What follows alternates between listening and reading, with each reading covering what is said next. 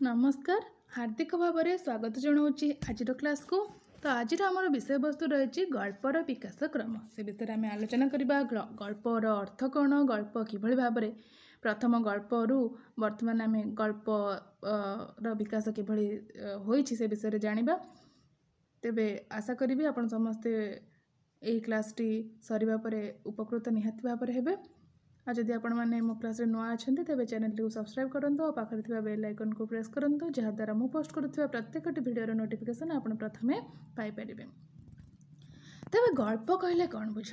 गल्प हेउची एक स्वयं संपूर्ण चित्त उल्लासकारी भाव उद्योग शिल्पकर्म। अर्थात छोट बेलू आम जो छोट थे आम जेजेबापा जेजेमा मैंने आमको गप शुणाऊे। गप शुणा समस्त को भल लगे। वर्तमान आमको गप शुणा भल लगे। तेज गल्प हेउची एक मनोरंजनकारी उपादान आम कहले अत्युक्ति हेब ना, जहाद्वारा आम खुशी हेउ आम मन प्रफुल्ल होता है। तेबे से कथा कहुई गल्प हेउची एक स्वयं संपूर्ण चित्त उल्लासकारी भावोद्योतक शिल्पकर्म, जहाद्वारा जीवनर एक खंडितांश आलोकित होगा सह परिमित शब्द स्वल्प चरित्र और क्षुद्र कलेबर द्वारा पाठकीय उत्कंठार शीर्ष बिंदु आरोहण करें ताहा ही हेउची गल्प। तेबे लोकगल्प ही आधुनिक गल्पर जनक। मन रखिबो, जदि आधुनिक गल्पर जनक किए प्रश्न आसिला तेबे लोकगल्प हेउची आधुनिक गल्पर जनक।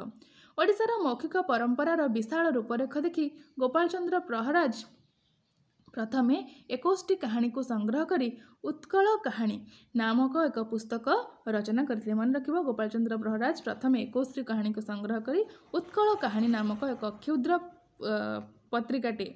क्षुद्र पुस्तिकाटे से रचना करथिले।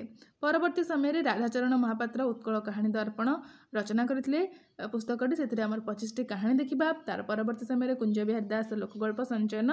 तो प्रथम जदि आम कहबा एही जो गल्प रही लोक कहानी जो गल्पटी रही गल्पगुड़िक प्रथमे गोपाल चंद्र प्रहराज ही 21टी गल्प को संग्रह करी उत्कल कहानी ये गोटे पुस्तक रही से प्रकाश करते। परवर्ती समय राधाचरण महापात्र उत्कल कहानी दर्पण रे 25टी कहानी, कुंज बिहारी दास गल्प संचयन पुस्तक रचना करिसेंती। तबे आधुनिक भाव में आम जदि कहबा आधुनिक क्षुद्र गल्पर जनक आम समस्त जाने फकीरमोहन सेनापति को आम कहूचे। ठीक अच्छे, तेज फकीरमोहन गल्प देखा। प्रथम गल्प ग्रंथ भाव में से सुपरिचित। रेवती को प्रथम ओडिया गल्पर सम्मान प्रदान कराए। ता पूर्वर से लक्ष्मणिया बोली गोटे गल्प रचना करथिले, हेले से जेहेतु से पुस्तकर आख्या पाई पारि नथिला बा ताको से प्रकाशन करि पारि नथिले, तेणु ताहाकु छाड़ी रेवती को प्रथम ओडिया क्षुद्र गल्पर सम्मान प्रदान कराए। मोट उपरे गाल्पिक 20टी गल्प रचना करी 1917 ख्रीष्टाब्द रे गल्प स्वल्प भाव में प्रकाश करिसेंती। गल्प स्वल्प को द्वितीय गल्प ग्रंथ भाव में ग्रहण करा जायछि। मन रखिबा केते प्रश्न आसुछि देख। प्रथम गल्प ग्रंथ प्रणेता हेउछन्ती फकीरमोहन सेनापति आ तांकर प्रथम गल्प हेउछि रेवती एवं 1917 मसीह से 20टी गल्प विशिष्ट गोटे पुस्तक जार ना हेउछि गल्प स्वल्प से प्रकाश करथिले। आ गल्प स्वल्प हेउछि ओडिया साहित्यर द्वितीय गल्प ग्रंथ। ठीक अछि, मन रहबो। परवर्ती गल्प देखिबा। ठीक अछि, तो आम से जो गल्प गुड़िक रहा फकीरमोहन सेनापति जो आम फकीरमोहन सेनापति आलोचना करुले से गल्प गुड़िक विषय में आम टोटाल डिस्कसन करते क्यों क्यों से केते मसीहारे केबे केबे प्रकाशित होइछि और के प्रकाशन द्वारा प्रकाश होइछि से सब विषय आलोचना करिछे। जदि आपण माने से वीडियो देखिबा चाहछन्ती तेबे से वीडियोटी मो प्लेलिस्ट रे अछि, आपण माने चेक करि पारिबे। ठीक अछि। परवर्ती नाट्यकार परवर्ती गाल्पिकों को देखिबा। परवर्ती गाल्पिक होउछन्ती चंद्रशेखर नंद। ठीक अच्छे, तांकर प्रथम गल्प ग्रंथ प्रणेता भाव में सुपरिचित। टिके बोले जे सुपरिचित। ठीक अच्छे, तो आम कहबा प्रथम गल्प प्रणेता भाव में आम क्या जाने ना फकीरमोहन सेनापति प्रथम गल्प ग्रंथ। कन्फ्यूज हेबनी पिला माने जे परीक्षा जदि प्रश्न आसे प्रथम गल्पर प्रणेता किए ताहले फकीरमोहन सेनापति, प्रथम गल्प ग्रंथ प्रणेता आसिले चंद्रशेखर नंद। ठीक अच्छे। गाल्पिकंकर चित्रगल्प संकलनटी 1906 मसीह प्रकाशित पाइथिला। तो प्रथम ओडिया साहित्यर प्रथम गल्प ग्रंथर ना हेउछि चित्र। द्वितीय गल्प ग्रंथ रहा गल्पस्वल्प या फकीरमोहन सेनापति रचना कर प्रथम गल्प ग्रंथ रहा चित्र ठीक अच्छे जहाँकि 1906 मसीह रचना होता है। द्वितीय जो रहा गल्पस्वल्प ता 1917 मसीह। सामाजिक घटना उपरे से आधारित गल्प रही सौदामिनी से सामाजिक कथावस्तु रचना होती तार विषय वस्तु रही मद्यपान जनित कुपरिणति पारिवारिक जीवन को किपरि ध्वंस कर दिए तार जीवंत चित्र आम ये गल्प देखा पाइबा। परवर्ती गल्प रही मु एथिरे हाथ दे नहीं, रज पोड़पिठा, बासी क्षीर पिठा। यही तीनोटी गल्पर कथावस्तु पोष्यपुत्र शिक्षित पुत्रर समस्या साबत पुअर कार्यकलाप उपरे आधारित आम देखा पाइबा। परवर्ती नाटक परवर्ती गल्प रही कल्याणी 1914 मसीह जो थी कि आम दुर्भिक्षर कराल चित्र देखा पाइबा। परवर्ती गल्प रही चौकीदार स्वल्प वेतन में बंचुवा चौकीदार जमीदार अत्याचार विरोधाचरण विषय वस्तु ए वर्णित होती। परवर्ती गल्प रही दुई भाई मध्य देखा देथिबा मानसिक संघर्षर कथावस्तु उपरे ही दुई भाई गल्पटी रचना होती। परवर्ती नाटक गदा डकायत प्रगतिवादी चिंताधार यह रचना कर इतिहास और किंवदंती आधारित गल्प रही भील बालक जहाँ को आदर्श भित्तिक कथावस्तु उपरे रचना होती। प्रतिशोध सहमरण यह काल्पनिक कथावस्तु उपरे आधारित। ऐतिहासिक कथावस्तु उपरे आधारित रही शोभा सिंह और कृष्णा कुमारी। बौद्धजुगीय विषय आधारित रही नचिकेता जहाँकि उपनिषद उपरे आधारित गल्पटी। सत्यकाम जावाल ताहा मध्य गोटे उपनिषद आधारित। आहत पक्षी जातक कथा आधार में परिकल्पित होइछि ठीक अच्छे। तो दुई जन को आम देखिले फकीरमोहन सेनापति गल्प देखिले और चंद्रशेखर नंदर गल्प देखिले। तार परवर्ती समय आम दयानिधि मिश्रंकर गल्प देखा ठीक अच्छे। तो दयानिधि मिश्र ओडिया साहित्य तृतीय गल्प ग्रंथ संकलक होउछि कथा कंदब जहाँकि 1925 मसीह रचना होता है। ए 9टी गल्प रही ठीक अच्छे। देख प्रथम गल्प ग्रंथ प्रणेता हेले किसे हेले चंद्रशेखर नंद। द्वितीय गल्प ग्रंथ प्रणेता फकीरमोहन सेनापति। तृतीय गल्प ग्रंथ प्रणेता होउछन्ति दयानिधि मिश्र। प्रथम गल्प ग्रंथ रहा चित्र, द्वितीय गल्प ग्रंथ रहा गल्पस्वल्प, तृतीय गल्प ग्रंथ रहा कथा कदम्ब ठीक अच्छे। प्रथमटा 1906, द्वितीयटा 1917, तृतीयटा 1925 ठीक अच्छे। तेज देखा ऐतिहासिक गल्प सब कौन कौन रही। प्रदीप निर्वाण यह हूँ कलापाहाड़ ओडिशा जिते कलापाहाड़ ओडिशा आक्रमण करिछि केते हिंदू मानकर मंदिर को से ध्वंस कर देछि से तार चित्र आम देखा पाइबा ये प्रदीप निर्वाण रे। शांति मरहट्टा मानकर अत्याचार दृश्य आम देखा पाइबा कि भाव में मरहट्टा माने आम देश को आक्रमण कर से माने अनेक प्रकार अन्याय अत्याचार करिसेंति। अरुणा रूपर मूल्य ए दुईटी मध्य से मरहट्टा मानकर अत्याचार दृश्य आम देखा पाइबा। परवर्ती गल्प रही मिलन सुरेंद्र साय जीवन चित्र को नहीं यही मिलन गल्पटी रचना होइछि। समाजधर्मी गल्प रही आकर्षण भूल गल्पटी नव्य युवक सुरा और साकी प्रीति जे सुरा और साकी से केते भल पाउछन्ति ताहार कथावस्तु को लेकिन यही गल्प रचना होइछि। कलिकाल टोका को बल नहीं यह आमर वृद्ध विवाह को विरोध करके नाटक रही। परवर्ती परवर्ती गल्प देखा आम गाल्पिक यही कलिकाल टोका को बल नहीं यह हूँ गोटे गल्प लक्ष्मीकांत महापात्रंकर गल्प देखा। गाल्पिक मोट 81टी गल्प रचना करिसेंति ठीक अच्छे मन रखिब 81टी गल्प। प्रथम ओडिया साम्यवादी गल्प भाव में अधिकार 1926 मसीह से रचना करी सम्मान लाभ करिसेंति। बुढ़ा संखारी गल्पटी रवीन्द्रनाथ टागोरंकर काबुलीवाला गल्पर अवलंबन रचित होइछि। यह परीक्षा रे प्रश्न आसे बहुत इंपोर्टेंट ठीक अच्छे।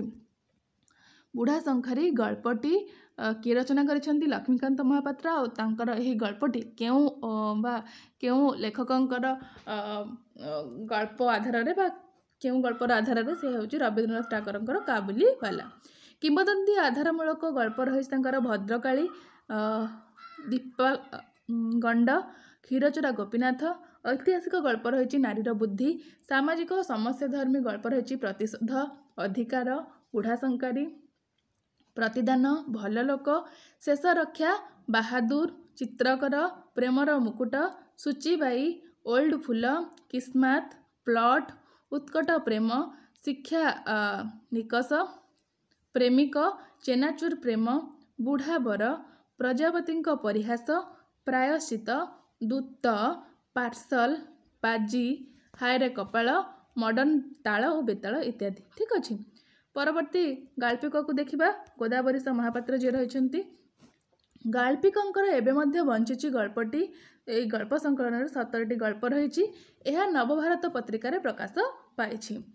ଓଡ଼ିଶାର ଐତିହ୍ୟ, ପରମ୍ପରା, ସଂସ୍କୃତି ଓ ସ୍ୱାଭିମାନର ପୃଷ୍ଠଭୂମିରେ ଏହା ରଚନା କରାଯାଇଛି। ଗଳ୍ପର ପୃଷ୍ଠଭୂମି ରହିଛି ଓଡ଼ିଶାରେ ଯେଉଁ ମରୁଡ଼ି ପଡ଼ିଛି। ଠିକ୍ ଅଛି।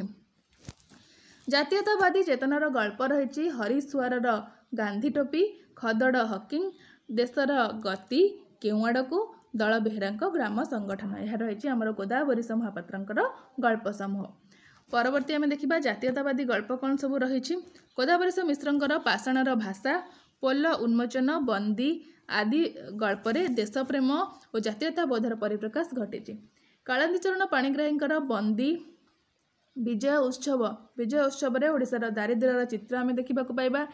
ଜୟ ହିନ୍ଦ, ସୁଭାଷ ଚନ୍ଦ୍ର ବୋଷଙ୍କର ଜାତୀୟତା ବାହିନୀ ସମ୍ପର୍କିତ ରହିଛି ଗଳ୍ପଟି। ପୁନଶ୍ଚ, ଏଥିରେ ଆମେ ଦେଖିବା ହିନ୍ଦୁ ଓ ମୁସଲମାନମାନଙ୍କ ଧାର୍ମିକ ବୈଷମ୍ୟର ଚିତ୍ର। ଓଡ଼ିଶାରେ ମହାଯୁଦ୍ଧ, ଓଡ଼ିଶାର ଦାରିଦ୍ର୍ୟ, ଦ୍ୱିତୀୟ ବିଶ୍ୱଯୁଦ୍ଧ ସମୟରେ ଓଡ଼ିଶାର ଅର୍ଥନୈତିକ ସ୍ଥିତି ସମ୍ପର୍କରେ ଏଥିରେ ଧାରଣା ଦିଆଯାଇଛି। ଅନନ୍ତ ପ୍ରସାଦ ପଣ୍ଡାଙ୍କର ଶପଥ, ଗୋପୀ ସାହୁର ଦୋକାନ, ଅତୃପ୍ତ ବାସନା। ଭଗବତୀ ଚରଣ ପାଣିଗ୍ରାହୀଙ୍କର ସମୟାତୀତ, ଏଥିରେ ଆମେ ଦେଖିବା ସ୍ୱାଧୀନତା ସଂଗ୍ରାମ ଓ ଲବଣ ସତ୍ୟାଗ୍ରହର ଚିତ୍ର ପ୍ରଦତ୍ତ ହୋଇଛି। ନିତ୍ୟାନନ୍ଦ ମହାପାତ୍ରଙ୍କର 11ଟା, ଏଇ ପ୍ରଶ୍ନ ଏଥିରୁ ମଧ୍ୟ ବହୁତ ଥର ଆସେ। ଏଇଟା ଭେରି ଭେରି ଇମ୍ପୋର୍ଟାଣ୍ଟ, ଏଇଟାକୁ ମନେ ରଖିବ। 11ଟା, ଏଥିରେ ଲବଣ ସତ୍ୟାଗ୍ରହର ଚିତ୍ର ରହିଛି। ଆଉ ଏଇ ଗଳ୍ପଟି କିଏ ରଚନା କରିଛନ୍ତି? ନିତ୍ୟାନନ୍ଦ ମହାପାତ୍ର। ଗୋପୀନାଥ ମହାନ୍ତିଙ୍କର ମାଟିର ବୁରୁଜ, ମଣିଷ, ତୋପ, ଗୁଳି ହେଲା। ସୁରେନ୍ଦ୍ର ମହାନ୍ତିଙ୍କର ସମ୍ପାଦକ 17 ନମ୍ବର ୱାର୍ଡ଼, ବଳିଦାନ, ପତାକା ଉତ୍ତୋଳନ। ନୟନପୁର ଏକ୍ସପ୍ରେସ୍, ଆଉ ନୟନପୁର ଏକ୍ସପ୍ରେସ୍ ଆମେ ଦେଖିବା ନକ୍ସଲ ଚିନ୍ତନର ପରିପ୍ରକାଶ। ମନୋଜ ଦାସଙ୍କର ସମୁଦ୍ରର କ୍ଷୁଧା, ଦେଶ ସେବକ, ନୂଆଦିନ।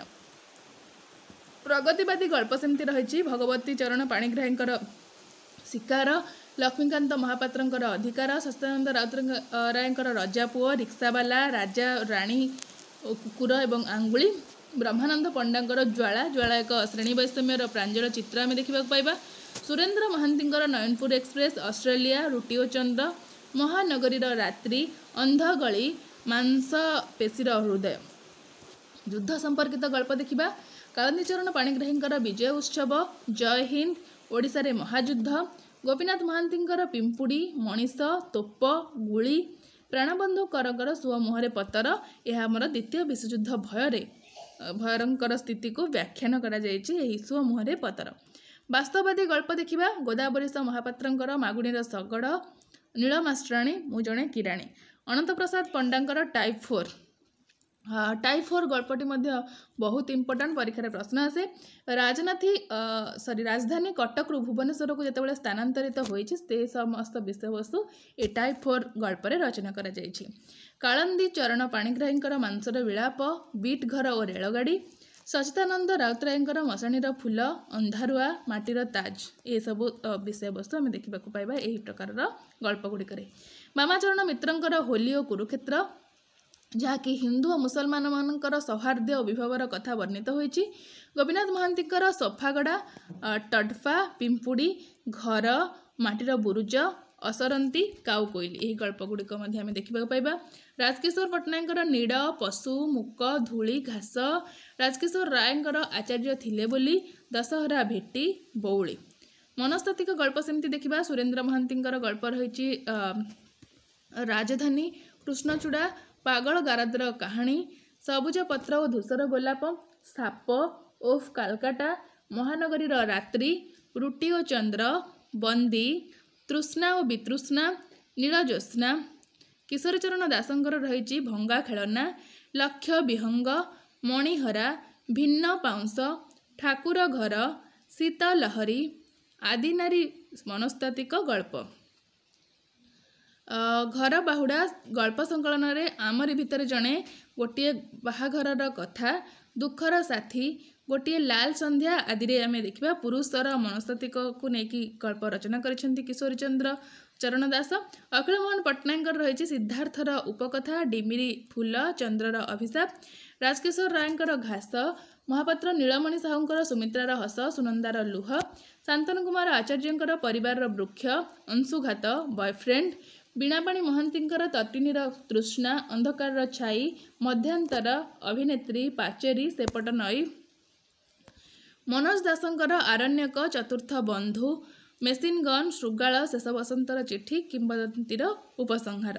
ସ୍ଥିତିବାଦୀ ଗଳ୍ପ ଦେଖିବା ହରପ୍ରସାଦ ଦାସଙ୍କର ଲୁବ୍ଧକର ତିନି ପ୍ରହର, ସୁରେନ୍ଦ୍ର ମହାନ୍ତିଙ୍କର ମହାନଗରୀର ରାତ୍ରି, ଭାଗାବଣ୍ଡ, ସବୁଜ ପତ୍ର ଓ ଧୂସର ଗୋଲାପ, ନୀଳଜ୍ୟୋତ୍ସ୍ନା, କାଠଘୋଡ଼ା, ଓଫ୍ କାଲକାଟା।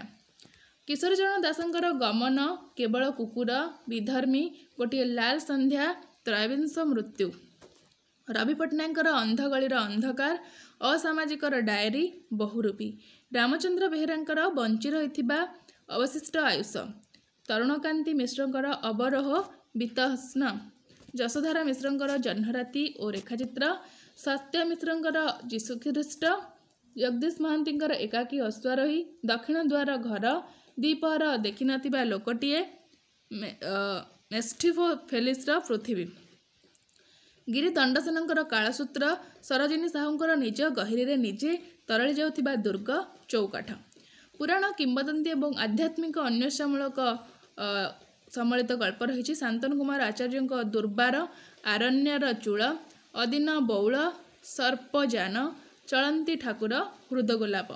ମହାପାତ୍ର ନୀଳମଣି ସାହୁଙ୍କର ରହିଛି ଦୁହାଳ ଗାଈ, କପୋତ ପକ୍ଷୀ ଗୁରୁମୋର, ଗଣାଧିପତୟେ ନମଃ, ଅଭିଶପ୍ତ ଗନ୍ଧର୍ବ। ମନୋଜ ଦାସଙ୍କର ରହିଛି ଲକ୍ଷ୍ମୀର ଅଭିସାର, କିମ୍ବଦନ୍ତୀର ଉପସଂହାର, ଆବୁ ପୁରୁଷ, ବିବସ୍ତ୍ର ବିହଙ୍ଗ, ଅବଲୋକନର ଗଳ୍ପ। ଚନ୍ଦ୍ରଶେଖର ରଥଙ୍କର ରହିଛି ଅଶ୍ୱାରୋହୀର ଗଳ୍ପ, ସମ୍ରାଟ ଓ ଅନ୍ୟମାନେ, ଅନ୍ୟ ଏକ ସକାଳ, ଶିଖର ଉଲ୍ଲଙ୍ଘନ। ସହରକେନ୍ଦ୍ରିକ ଗଳ୍ପ ରହିଛି ଅନନ୍ତ ପ୍ରସାଦଙ୍କର ଟାଇଫୋର, ସୁରେନ୍ଦ୍ର ମହାନ୍ତିଙ୍କର ରାଜଧାନୀ, ଯେଉଁଥିରେ କି ଦିଲ୍ଲୀର ଚିତ୍ର ଆମେ ଦେଖିବାକୁ ପାଇବା, ଓହ୍ କାଲକାଟା, ମହାନଗରୀର ରାତ୍ରି, ସେଥିରେ କଲିକତାର ଚିତ୍ର ଆମେ ଦେଖିବାକୁ ପାଉ। ପରିବର୍ତ୍ତିତ ସାମାଜିକ ପ୍ରେକ୍ଷାପଟରେ ଚିତ୍ର ଦେଖିବା ତରୁଣକାନ୍ତି ମିଶ୍ରଙ୍କର ଅବରୋହ, କମଳାକାନ୍ତ ମହାପାତ୍ରଙ୍କର ବେଶ୍ୟା ଏକ ପ୍ରେମ କାହାଣୀ, ଯଶୋଧାରା ମିଶ୍ର ରେଖାଚିତ୍ର, ପ୍ରଦୋଷ ମିଶ୍ର ଶୀତରାଣୀ, ଜଗଦୀଶ ମହାନ୍ତିଙ୍କର ଦକ୍ଷିଣ ଦୁଆରୀ ଘର, ରଜନୀକାନ୍ତ ମହାନ୍ତିଙ୍କର ସେଇ ଅନ୍ଧାରୀ କୋଣକୁ ଚାଲିଯା, ଶ୍ରୀନିବାସ ପଣ୍ଡାଙ୍କର ପିଲାସ ପେନୁ, ମନୋଜ କୁମାର ପଣ୍ଡାଙ୍କର ଇଗ୍ଲୁ ଭିତର 2 ଦିନ, ହେମନ୍ତ କୁମାର ମହାପାତ୍ରଙ୍କର ନରାଧମକୁ ନେଇ ଏକ ବାଜ୍ୟଗପ, ଋଷିକେଶ ପଣ୍ଡାଙ୍କର ଜିନିଆ ଫୁଲ ବନ୍ଦ କବାଟ, ଭଙ୍ଗା ପିପେଟରେ ସୂର୍ଯ୍ୟାଲୋକ, ସରୋଜିନୀ ସାହୁଙ୍କର ଜହ୍ଲାଦ, ବିଷ୍ଣୁ ସାହୁଙ୍କର ପ୍ରେମିକା, ପ୍ରକାଶ କୁମାର ପରିଡ଼ାଙ୍କର ମା', ସଦାନନ୍ଦ ତ୍ରିପାଠୀଙ୍କ ସ୍ୱାଧୀନତା ସୁବର୍ଣ୍ଣ ଜୟନ୍ତୀ, ପରେଶ ପଟ୍ଟନାୟକଙ୍କର ନିର୍ଦୃଷ୍ଟା ନଦୀ, ଗୌରହରି ଦାସଙ୍କର ଉଦ୍ଧାର ମା', ଜୟନ୍ତୀ ରଥଙ୍କର ପରିଆଙ୍ଗୁଠି, ସୁସ୍ମିତା ବାଗ୍ଚୀଙ୍କର ମାତୃଚରିତାମୃତ, ଦୀପ୍ତିରଞ୍ଜନ ପଟ୍ଟନାୟକଙ୍କର ବାବୁଲ ଗଛର ଛାଇ। ଓଡ଼ିଆ ଗଳ୍ପରେ ଜନଜାତିର ଚିତ୍ର ମଧ୍ୟ ରହିଛି। ସେଥିରେ ଆମେ ଦେଖିବା ଋଷିକେଶ ପଣ୍ଡାଙ୍କର ରାଜପୁତ, ବାଘ, ସାହାବ ଦେବତା, ଛଞ୍ଚାଣ, ପୋରସ, ଅନାହାର କମିଶନଙ୍କ ଏକ ରିପୋର୍ଟ, ସୁରେନ୍ଦ୍ର ମହାନ୍ତିଙ୍କର ଖାନଦାନୀ, ସଭ୍ୟତାର ଗ୍ରାସ, ଗୋପୀନାଥ ମହାନ୍ତିଙ୍କର ପିମ୍ପୁଡ଼ି, ପ୍ରାଣବନ୍ଧୁ କରଙ୍କର ହିରୋ, ସାତକଡ଼ି ହୋତାଙ୍କ କିରିବୁରର କନ୍ୟା, ଉମାଶଙ୍କର ପଣ୍ଡାଙ୍କର ଦାରିଙ୍ଗବାଡ଼ିର ଫୁଲମତି, ବାମାଚରଣ ମିତ୍ରଙ୍କର ଅପରାଧୀ, ରାମଶଙ୍କର ବେହେରାଙ୍କର ଶିକାର, ଭୀମପୃଷ୍ଟିଙ୍କର ଟାକୁଆ, ଲୋକଜୀବନ, ପାଟିର ପାଟି, ରଞ୍ଜନ ପ୍ରଧାନଙ୍କର ଡୁମା, ଲକ୍ଷ୍ମୀ ଫୁଙ୍ଗୁଣି। ପ୍ରୟୋଗବାଦୀ ଗଳ୍ପ ଦେଖିବା ରାମଚନ୍ଦ୍ର ବେହେରାଙ୍କର ଅବଶିଷ୍ଟ ଆୟୁଷ, ତରୁଣକାନ୍ତ ମିଶ୍ରଙ୍କର ଆକାଶ ସେତୁ, ଯଶୋଧାରାଙ୍କର ରେଖାଚିତ୍ର, କମଳାକାନ୍ତ ମହାପାତ୍ରଙ୍କର ଚୋର ଓ ଅନ୍ୟାନ୍ୟ ଗଳ୍ପ, ମନୋଜ ପଣ୍ଡାଙ୍କର ହାଡ଼ ବଗିଚା, ସଦାନନ୍ଦ ତ୍ରିପାଠୀଙ୍କର ନିଜ ନିଜ ନିୟମ, ବିଷ୍ଣୁ ସାହୁଙ୍କର ଅସୁସ୍ଥ ପୃଥିବୀ, ପ୍ରଶାନ୍ତ ମହାନ୍ତିଙ୍କର ଅମୃତ ଲଗ୍ନ, ସୁରେନ୍ଦ୍ର ମିଶ୍ରଙ୍କର ପଞ୍ଜୁରୀ ଓ ଅନ୍ୟାନ୍ୟ ଗଳ୍ପ, ଗୌରହରି ଦାସଙ୍କର ମାୟା, ଜୟନ୍ତୀ ରଥଙ୍କର ଅସତ୍ୟ ବଳୟ, ସୁସ୍ମିତା ବାଗ୍ଚୀଙ୍କର ଭିନ୍ନକୂଳ ଅନ୍ୟ ଢେଉ, ଦେବବ୍ରତ ମଦନ ରାୟଙ୍କର ଜଳପରୀ, କ୍ଷୀରୋଦ ଦାସଙ୍କର ମୁକ ରାଜଜେମା, ଦୀପ୍ତିରଞ୍ଜନ ପଟ୍ଟନାୟକଙ୍କର ଶେଷ ଦଧିଚି ମଲା ପରେ, ରଶ୍ମି ରାଉଳଙ୍କର ଅନ୍ୟ ଉଚ୍ଚାରଣ। ତ ଆମେ କହିବା ଏହିଭଳି ଭାବରେ ଆମର ଗଳ୍ପଗୁଡ଼ିକର ବିକାଶ କ୍ରମ ହୋଇଛି। ପ୍ରଥମେ ଆମର ଆରମ୍ଭ ହୋଇଥିଲା ରେବତୀ ଠାରୁ ଆରମ୍ଭ କରି ବର୍ତ୍ତମାନ ପର୍ଯ୍ୟନ୍ତ ଆମେ ଅନେକ ଗୁଡ଼ିଏ ଗାଳ୍ପିକଙ୍କର ଗଳ୍ପଗୁଡ଼ିକ ଦେଖିଲେ, ଯାହାକି ସବୁଥିକୁ ଆଧାର କରିକି କେତେବେଳେ ପ୍ରୟୋଗବାଦୀ ଗଳ୍ପ ତ କେତେବେଳେ ଜନଜାତିର ଚିତ୍ର ତ କେତେବେଳେ ପୁରାଣ କିମ୍ବଦନ୍ତୀମୂଳକ ଗଳ୍ପ ତ କେତେବେଳେ ସ୍ଥିତିବାଦୀ ଗଳ୍ପ सहर केन्द्रिक गल्प, युद्ध संपर्कित गल्प, वास्तव चित्र गल्प, अनेक गुड़े गल्प देखिले। तो आशा करुँची आपण मानू मो क्लास आज भल लगी। जदि भल लगी मत कमेंट सेक्शन में जनइबा अनुरोध करुँची। जदि आपण मो क्लास रे नुआ अच्छा तेज चैनल को सब्सक्राइब करूँ और आपण मान सांगसाथी सहित शेयर करने को आदौ भूलें। तेबे आज क्लास को ये रखुची। पुणी देखा आपण मान सहित अन्य एक नुआ वीडियो रे नुआ क्लास रे। से पर्यंत मत विदाय दिंतु। नमस्कार, जय जगन्नाथ।